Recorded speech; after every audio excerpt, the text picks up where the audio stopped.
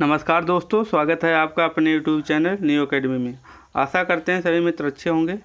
मित्र, आज हम शुरू करेंगे एक बहुत ही इम्पोर्टेंट टॉपिक, जो है टॉपिक कह सकते हो कि अनुच्छेद कह सकते हैं। हम अनुच्छेद जितने भी आर्टिकल हैं हम उन्हें कैसे याद रखते हैं, या उन्हें हम कैसे एक समझ अलग तरीके से एक समझ विकसित करेंगे।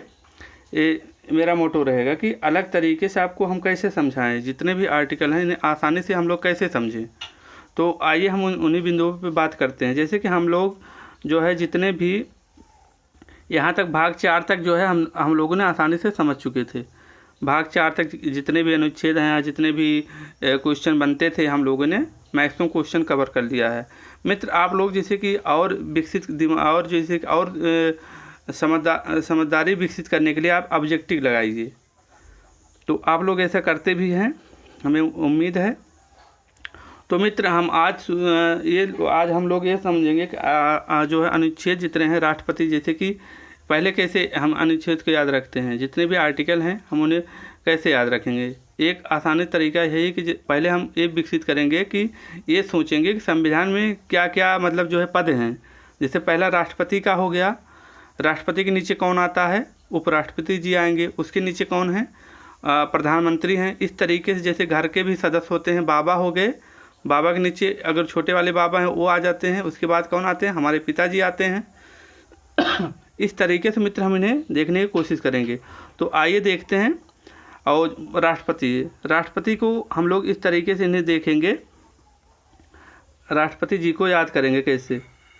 तो राष्ट्रपति जी को हम लोग इस तरीके से इन्हें देखेंगे, क्योंकि कहा जाता है कि राष्ट्रपति जो है भारत के प्रथम नागरिक, भारत का प्रथम नागरिक कौन होता है, राष्ट्रपति जी होते हैं।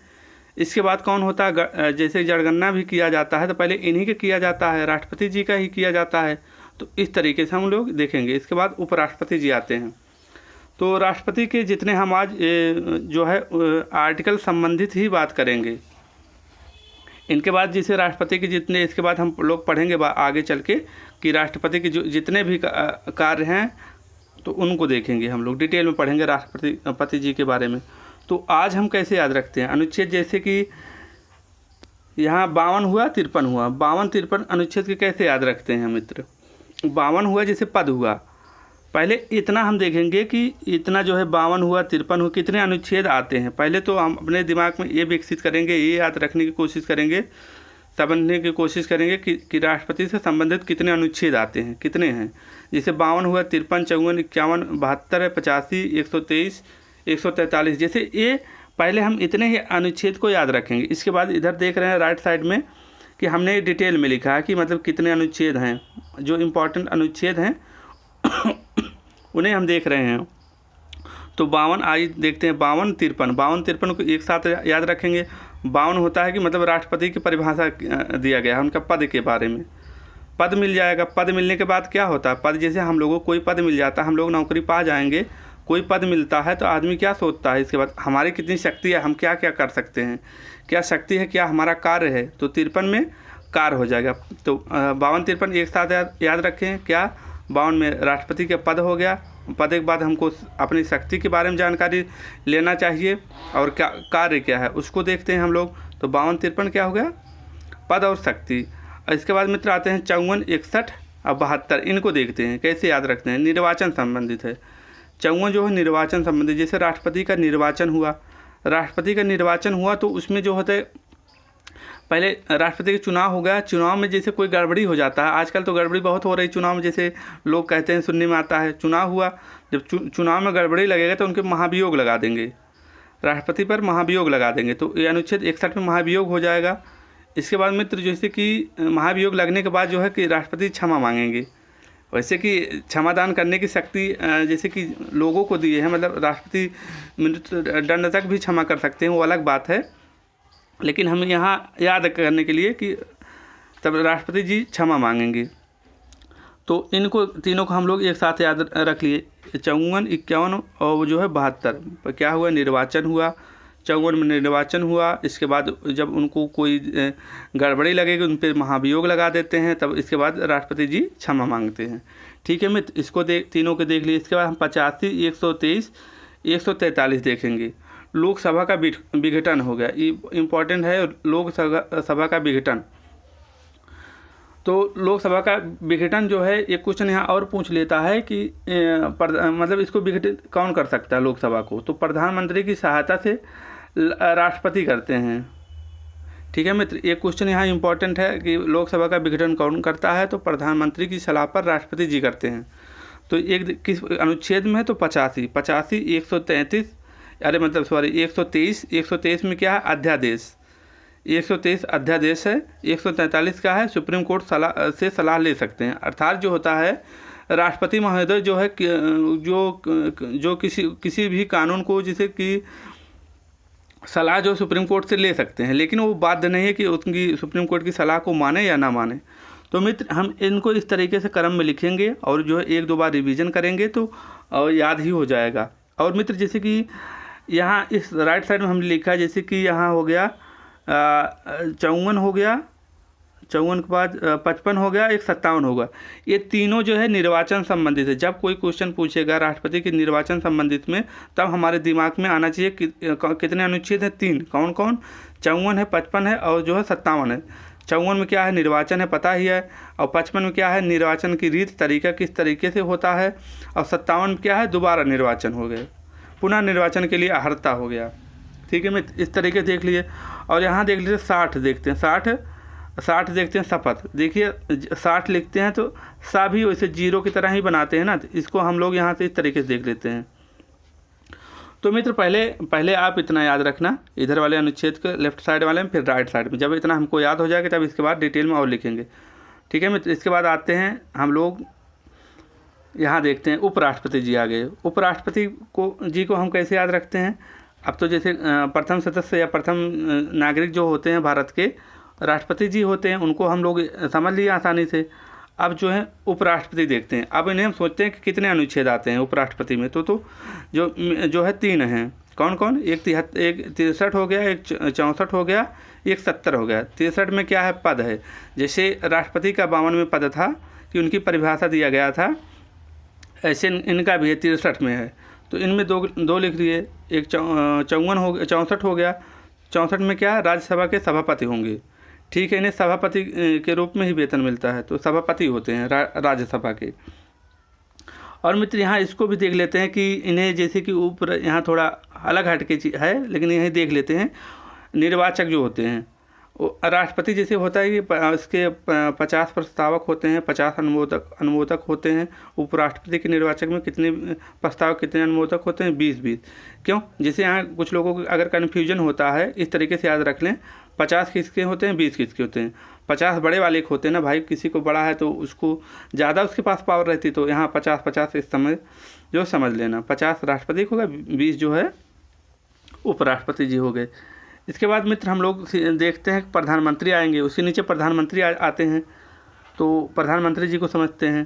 प्रधानमंत्री में कितने अनुच्छेद आते हैं, पहले इन्हें हम देखेंगे। प्रधानमंत्री देखते हैं कौन कौन आते हैं। 74 है, 75 है और 77 है, 78 है। ठीक है मित्र, जो 4 अनुच्छेद आते हैं। 74 में क्या है, मंत्रिपरिषद है। मंत्रिपरिषद मतलब जो होता है, राष्ट्रपति महोदय की सहायता के लिए जो है एक मंत्रिपरिषद का गठन किया जाता है। उसके प्रमुख हेड कौन होता है, तो प्रधानमंत्री जी होते हैं। तो ये प्रधानमंत्री का जो है किस में बात कहा गया, 75 में। 74 में क्या है, मंत्रिपरिषद। ठीक है, और 75 में क्या है, प्रधानमंत्री हो गया। ठीक, और इसके बाद 77 देखते हैं, 78 देखते हैं। 77 में क्या है, भारत सरकार द्वारा कार्यवाहियों का संचालन। ठीक है, इस तरीके देख लिए। और जो है 78 में PM मतलब राष्ट्रपति को सूचना देंगे। ये उनका कर्तव्य है प्रधानमंत्री का कि सूचना जो है राष्ट्रपति को देना। ठीक है मित्र, इसको देख लिए। बाकी तो इधर जैसे कि हम लोग इतना लिखे हैं कि ये सब हो गया, कार्यकाल क्या हो गया। जब हम लोग राष्ट्रपति प्रधानमंत्री पढ़ेंगे तो इनको देख लेंगे। आज हम लोग अनुच्छेद पर ही फोकस करेंगे। 4 अनुच्छेद हो गया मित्र, इसको देखें। इसके बाद क्या आता है, उसके नीचे जब राष्ट्रपति को भी शक्ति मिल जाता है तो उन्हें जो है अब भाई उनको शक्ति मिल गई तो वो सोचेंगे हम उन्हें कानून बनाने के लिए एक संसद होगी। संसद में जैसे यहाँ संसद से 2 क्वेश्चन पूछे गए कि लोकसभा, एक राज्य पूछेगा संसद के कितने अंग हैं। अंग पूछेगा तो 3 हो जाते हैं, लोकसभा, राज्यसभा और राष्ट्रपति जी। अगर पूछता है कि संसद के कितने सदन हैं तो 2 बताएंगे आप, लोकसभा, राज्यसभा। ये क्वेश्चन यहीं से आता है। और इसके बाद मित्र हम यहाँ देखते हैं इसको अनुच्छेद कितने आते हैं संसद के? एक 79 है, एक 80 है, 81 है। तो मित्र इससे पहले कैसे याद रखेंगे? 79 में क्या है? भारत में संसद होगा, संसद का गठन हो गया, ठीक है। इसके बाद लोकसभा राज्यसभा आता है। लोकसभा को आप लोग जानते हैं कि उच्च सदन कहते हैं इसे, और जो है राज्यसभा को कहते हैं उच्च सदन, और 81 में है लोकसभा। लोकसभा को क्या कहते हैं? निम्न सदन कहते हैं। तो हम इन्हें कैसे याद रखेंगे कि कन्फ्यूजन होता होगा कुछ मित्रों को, जैसे कि 80 में है कि 81 में है। तो आप ये जान लेना, जो बड़ा है वो पहले आएगा, जो छोटा है वो बाद में आएगा। तो 80 में पहला राज्यसभा, मतलब उच्च लोग आएंगे, इसके बाद निम्न वर्ग के लोग नीचे आते हैं। इस तरीके से इनको देख लीजिए। इसके बाद मित्र आते हैं, यहाँ देखते हैं कि 100 और अनुच्छेद है, 105, 100 हुआ, 105 हुआ, 108 हुआ। इन्हें हम देखते हैं। 100 हुआ, 105 हुआ, 108 हुआ। 3 अनुच्छेद कैसे याद रखते हैं? इन तीनों को कैसे याद रखते हैं हम लोग? ठीक है। 50 में क्या है? निर्णायक मत देने का अधिकार। मतलब 100 में क्या है? 100 अनुच्छेद में क्या है? निर्णायक मत देने का अधिकार। जैसे होता है ना कि यदि लोकसभा के किसी भी मुद्दे पर जैसे वोटिंग होती है, वोटिंग कराई जाती है, तो मत बराबर हो जाते हैं, तो निर्णायक मत देने का अधिकार जो है लोकसभा को अध्यक्ष को होता है। तो इस तरीके से लिए 100 पर मतलब अनुच्छेद 100 में क्या है? जब मतलब ये इतने आ जाए, जब मत बराबर हो जाता है, मतलब 50-50%। जिस प्रकार से हमने अनुच्छेद 50 पढ़ा था, कार्यपालिका न्यायपालिका 50-50%, इस तरीके से यहाँ 100 है, 100 का 50-50% करेंगे तो दो पार्टी के जब मत बराबर हो जाता है तो ये समझ लेना। इसके बाद 105 भी क्या है? संसदीय विशेषाधिकार है। 105 हो गया। 108 क्या है? संयुक्त अधिवेशन। ये बहुत ही इम्पोर्टेंट है, संयुक्त अधिवेशन। संयुक्त अधिवेशन को कैसे याद रखेंगे हम लोग? जैसे कि संयुक्त अधिवेशन क्या है? ये जब जैसे कि लोकसभा या राज्यसभा का एक साथ बैठक होती है तो उसे संयुक्त अधिवेशन कहते हैं। और बुलाने के यहाँ एक क्वेश्चन और पूछता है, संयुक्त अधिवेशन बुलाता कौन है? तो राष्ट्रपति जी बुलाते हैं। उसकी बैठक की अध्यक्षता कौन करता है? तो लोकसभा अध्यक्ष करेंगे। ये पॉइंट याद रखना, बहुत ही पूछा जाता है यहाँ से। इसके बाद हम लोग 9 और 10, अनुच्छेद 9 और 10 को कैसे याद रखेंगे? 9 और 10 को एक साथ में याद रख लेते हैं। 9 और 10, 9-10 को 9 में क्या है? अनुच्छेद 109 में धन विधेयक की प्रक्रिया है। अनुच्छेद 110 में क्या है? धन विधेयक की परिभाषा है। जो है 9 को कैसे याद है? पहले जैसे कि हम कन्फ्यूजन हो जाते हैं कि पहले में आता है कि 10 में आता है परिभाषा की 9 में आता है। तो जैसे प्रक्रिया होता है, कोई भी काम करने के लिए आप पहले सोचते हैं ना कि इस तरीके से, मान लो किसी रास्ते पे जाना है तो आप सोचते हैं ना, एक मैपिंग बनाते हैं ना, हम इस तरीके से जाएंगे, तो प्रक्रिया ही कर रहे हैं आप एक तरीके से, समझेंगे। तो प्रक्रिया पहले आएगा, इसके बाद क्या करेंगे, तब हम किसी को बताएंगे हाँ हम ऐसे आपके घर पहुँचे, इस तरीके से हम आके जो है हम आपके घर पहुँचे। तो 109 क्या है? प्रक्रिया हो गया। 110 में क्या हो गया? परिभाषा हो गया। तब हम किसी को बताते हैं जब उसके घर पहुँचते हैं। इस तरीके से इनका कन्फ्यूजन मित्र हम लोगों को दूर हुआ। इसके बाद हम लोग 112, 116 और जो है 112, 116, 117, इन तीनों को हम लोग एक साथ देखते हैं। इन तीनों को जो है एक साथ देखते हैं, ठीक है मित्र। 112 में क्या कहा गया? बजट है। इसके बाद 116 में क्या? लेखानुदान है। 117 में वित्त विधेयक है, ठीक है। इन तीनों को कैसे याद रखते हैं? बजट है, जैसे कि प्रत्येक बजट है। 112 में बजट हो गया। तो लेखानुदान से क्या मतलब है? जैसे लेखानुदान पहले बजट हो गया, 112 बजट, 116 जो है लेखानुदान होगा। मतलब इसका लेखानुदान मतलब कोई बात, जब कुछ खर्चे का वर्णन जो है इस बजट में 112 में नहीं होता है, मतलब वो नहीं होता है, नहीं किया जाता है, इसके अलग से बिल लाकर, जैसे कोई भी अलग से बिल ला करके संसद से पास करा लिया जाता है, तो वैसे प्रारूप जो है लेखानुदान में रखा जाता है, आप ये समझ लेना। और इसके बाद वित्त विधेयक आता है। देखिए तीनों समझो कि धन से ही संबंधित है, मतलब बजट से ही संबंधित है। पहले में 112 में क्या है? बजट है। 116 में क्या है? लेखानुदान है। जैसे बजट होगा, बजट से जो अतिरिक्त चीज़ें होती हैं लेखानुदान में आते हैं। 116, 117 हुआ। और इसके बाद में 120 देख लेते हैं क्या है? संसद में प्रयोग की जाने वाली भाषा हिंदी या अंग्रेजी होगी। इसके बाद 120 को उल्टा कर देंगे, 210 आता है यहाँ, तो विधानमंडल में की भाषा होता है, विधानमंडल में प्रयोग की जाने वाली भाषा। तो मित्र इस तरीके से हम लोग यहाँ देख चुके हैं। आप लोग एक बार रिवीजन करना इसको, और इस तरीके से जिस तरीके से बताए हैं इस तरीके से समझने की कोशिश करना, कन्फ्यूजन ना मात्र का रहेगा। इसके बाद आते हैं उसके नीचे क्या आते हैं। आप जैसे कि संसद कानून तो बना दिया है, अब उसका कानून सही है गलत है उसका समाधान कौन करेगी, उसको कौन देखेगी। तो सुप्रीम कोर्ट का गठन किया गया। गठन के अनुच्छेद में बात करता है, किस अनुच्छेद में सुप्रीम कोर्ट का गठन की बात की गई है, तो अनुच्छेद 124 गठन। एक साफ साफ क्वेश्चन पूछता है यहीं से। इसके बाद हो गया कि मूल आंतरिक अधिकार हो गया, ठीक है। इसके बाद 127 वाला बहुत इंपॉर्टेंट, न्यायिक पुनर्विलोकन। मतलब क्या है इसका, किसी भी कोई भी विधि जो बनाता है, संसद बनाई है, उसकी जांच ये कर सकता है, और उसे अगर सही पाया तो सही कर दे सकता है, नहीं तो उसे रद्द भी कर सकता है। न्यायिक पुनर्विलोचन हो गया। और 141 हुआ। 100 जो है 141 में क्या कहा गया कि सुप्रीम कोर्ट के जो निर्णय होंगे वो सभी न्यायालयों में लागू होंगे। और 143 तो पहले ही हम लोग देख चुके हैं। तो मित्र पहले हम इतना याद रखते हैं, इतना जितना है इसको हम पहले देखते हैं। इतना जितना पहले इसको याद रख लेंगे, इसको जब हमें जब इतना याद हो जाता है तब इसके बाद इतना इसको याद रखेंगे। इस तरीके से हम लोग इसे सीखने की कोशिश करते हैं, और इसे इस तरीके से आप करेंगे तो ज़्यादा ही मतलब सीखने को मिलेगा, कन्फ्यूजन ना के मात्र रहेगा। इसके बाद मित्र आते हैं उसके नीचे क्या है भाई बन गया। इसके बाद ये आता है कानून मंत्री का पद दिया गया, महान्यायवादी है, और जो है कई 2 पद जो है संविधान में हैं। एक कौन है, एक 76 है।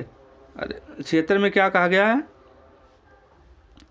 76 क्या है, महान्यायवादी हो गए। विधि कानून मंत्री जिसे बोले जाते हैं कि 1857 में भारत में गवर्नर जनरल जब लॉर्ड कैनिंग था ने जो है इसी पद की शुरुआत की थी। किसने शुरुआत की थी इस पद की, तो जो होता है लॉर्ड कैनिंग ने शुरू किया था। इसके बाद 148 में आता है कैग, नियंत्रक एवं महालेखा परीक्षक कैग। तो मैं मित्र कैग देख लेते हैं कि इसका मुख्य कार्य क्या होता है। कैग का यहाँ थोड़ा देख लेते हैं कि इनका मुख्य कार्य होता है सरकार द्वारा जो धन व्यय संचय व्यय किया गया है उसका लेखा जोखा करना, कि जैसे कोलगेट घोटाला आता है उजागर करना, ये सब जो है इनका काम होता है कैग का। तो मित्र जो है आप लोग इस तरीके से इसको देखना, और इसको इस तरीके से जिस तरीके से हमने अरेंज किया है, जिस तरीके से इसको छोटे छोटे खंडों में करके तैयार करने का प्रयास, आप लोगों को तैयार कराने का प्रयास किया है, आप लोग इस तरीके से देखेंगे तो आप लोगों को बहुत आसानी से तैयार हो जाएगा। मित्र जब अगर एक तरीके से आप जो है पूरा अनुच्छेद को याद करने चले बैठेंगे तो नहीं कर पाएंगे, मतलब बहुत ही मुश्किल होगा और आप भूल जाएंगे, आपको ज़्यादा रिवीजन की ज़रूरत होगी। इस तरीके से आप खंडों में तोड़ के पढ़ेंगे। जैसे राष्ट्रपति हो गया, कितने अनुच्छेद आते हैं, हाँ हमने इतना पढ़ा। उपराष्ट्रपति आते हैं, इनमें कितना अनुच्छेद है, 3 अनुच्छेद हैं। और राष्ट्रपति प्रधानमंत्री पढ़ेंगे, प्रधानमंत्री में देखेंगे कितने अनुच्छेद आते हैं, तो 4 आते हैं। मित्र इस तरीके से पहले ये मैपिंग बनाइए दिमाग में। इसके बाद जो है आपको ऐसे लगने ही लगेगा कि सब मेरा तैयार हो गया। ठीक है मित्र, आप जो है इसका अगर आपको PDF की इसकी आवश्यकता लग रही हो, आप तो अपने न्यू एकेडमी टेलीग्राम ज्वाइन कर सकते हैं। वहाँ इसका PDF भेज दिया जाता है क्लास के तुरंत बाद। आप वहाँ ज्वाइन करके PDF डाउनलोड करके अपना खुद का नोट्स बना सकते हैं। तो आशा करते हैं आप लोगों को ये मेरा अब तक जितना सीरीज जो है बहुत ही पसंद आया है। तो आप लोग जो है इसका रिवीजन करते रहना। Thank you. ठीक है, मिलते हैं अगली वीडियो में, तब तक के लिए बाय बाय, धन्यवाद।